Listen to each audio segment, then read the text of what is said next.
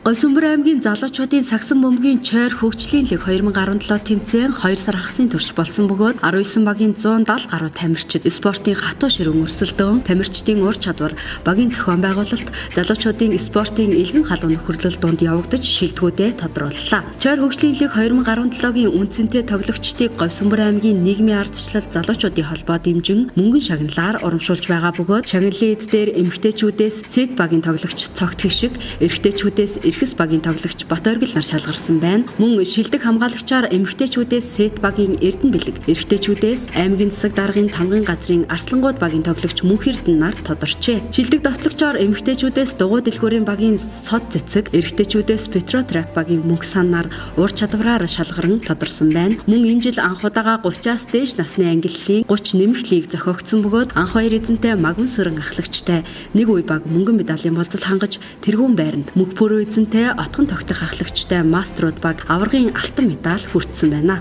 Залуучуудын лигийн эмэгтэйчүүдээс мөнгөн шагаа эзэнтэй Ингчимэг ахлагчтай Сэт баг мөнгөн медалийн болцол хангасан бол Болормаа эзэнтэй Номин ахлагчтай Дугуй Дэлгүүрийн баг шилжин явах цом аваргын алтан медалийн болцлыг хангажээ. Залуучуудын лигийн эрэгтэйчүүдээс өмнөх 2 жилийн аварга баг болох Бэлэг Гүмбэрл эзэнтэй Даваа нэм ахлагчтай аймгийн засаг даргын тамгын газрын нэрээс оролцогч Арслангууд баг мөнгөн медаль хүртсэн байна. Тэргүүн байранд Отгон Жаргал эзэнтэй Анх Баяр ахлагчтай Петротрак баг шилжин явах цом алтан медалийн болцол хангасан амжилттай байна.